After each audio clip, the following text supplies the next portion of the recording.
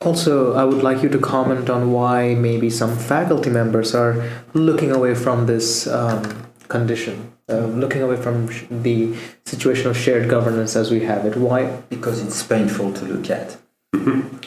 That's pretty much what it comes down to. And useless. As I said, I don't know if it is the case, and as I said, I'm thankful for the few troublemakers who still have some hope. But I think a lot of people look at this and think that there is no point in getting involved, that this is a waste of their time. So, and it is hard to blame them. And you have a large number of untenured faculty members or tenure track, and even include the temporary faculty that we have here. They certainly are not wanting to make any kind of waves, because you just can't judge how the administration is going to receive that. If you're perceived as a troublemaker and you're tenure track, you're pretty easy to get rid of at that level, at that stage. If you're temporary, it's really easy to get rid of you. We just simply tell you not to come back. So there's a deafening silence from that group. No one is speaking for them, and you can't blame them. It's up to the few troublemakers that are around that try to speak for them and to try to stand up for them to ensure that there is due process for all faculty.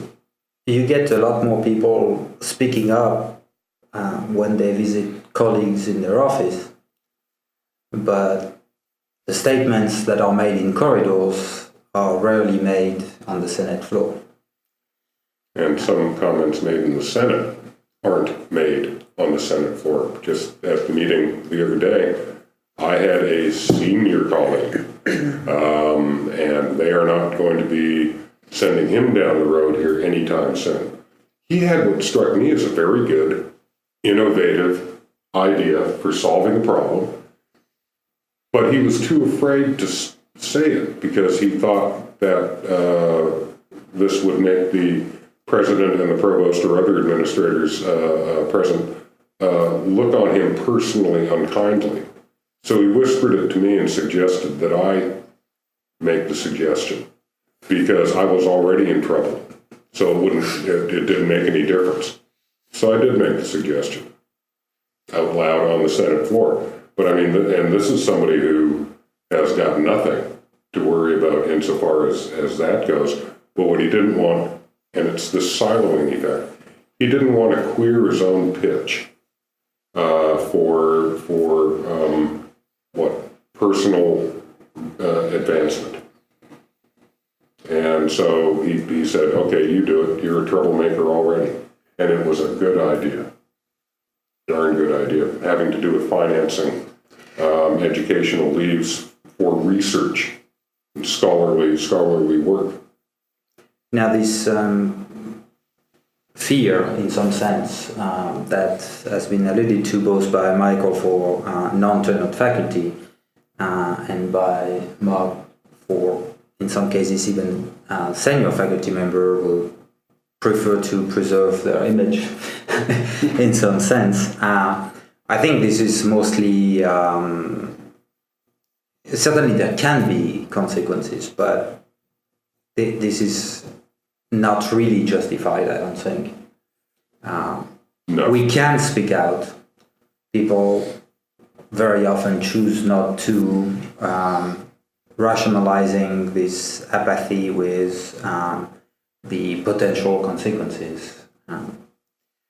And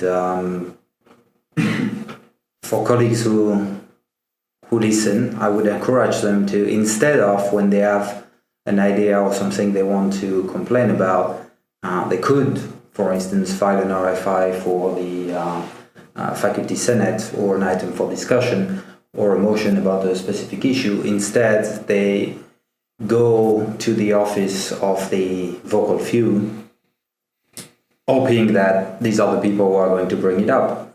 And the end result is that, and I don't blame the administration for having this perception, because of course if you are a senior administrator at the Senate meeting and you see that you always have 3 or 4 people who bring up the issues and it seems that this is it, then it is absolutely logical that they get the perception that these are the only people who have an issue with that policy or this policy. This is simply not the case that only a handful of people have an issue. Only a handful of people speak up. Well, the name of the show is appropriate here, so I'll tell to my colleagues, I've said to my colleagues, if they listen, that they should speak up a lot more. And that isn't really something to fear.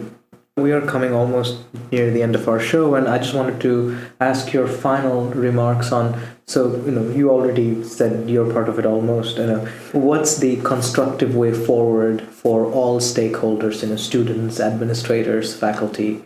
What's a constructive way forward? Your final comments on that? The first thing is for an administrative power structure mindset that in fact sees all of us as stakeholders. Very little constructive is going to occur until that happens. And we're in a top-down structure. That mentality, stakeholder concept, that has to be at the top. When it's there, then we've got an atmosphere in which progress can be made. Another thing is that I think in this case, in all constituencies, so on the side of faculty, on the side of administration, there is a tendency to see your side of the equation, and it's not black or white on either side, but I think very few make a real effort to put themselves in the shoes of the other side, and that is true of faculty and that is true of administrators. And if we can get there, get a little more of a sense of how the other side has ground to hold certain positions, maybe we can have a more constructive discussion on where to go from it.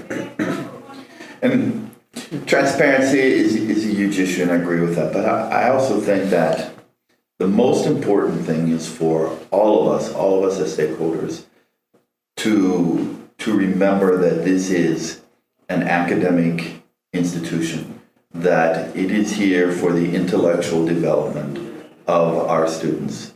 And we have to reclaim the academic and intellectual atmosphere that surrounds us here on campus. We have to become an academic institution again, where students are interested in discussions, in forums, in pursuing knowledge.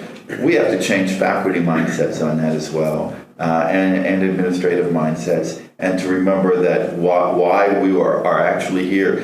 This is 4 or 5 years that a student is going to live in an academic community where they're going to be in an area of the intellect, of the mind, where all kinds of things here are available for their development. And it's up to all of us to emphasize that, to say that let's take advantage of these things while we're here. Let's do what we're supposed to do. We want you to come out with an education at the end and to be a productive citizen in a democratic society. Thank you, Dr. Michael Moore, Dr. Fred Minar, and Dr. Mark Sear. Thank you for coming to the show today. Listeners, we'll be back next week, same station, same time. Tune in. The voices that won't be televised will be heard on the radio. So now it's your time to speak up.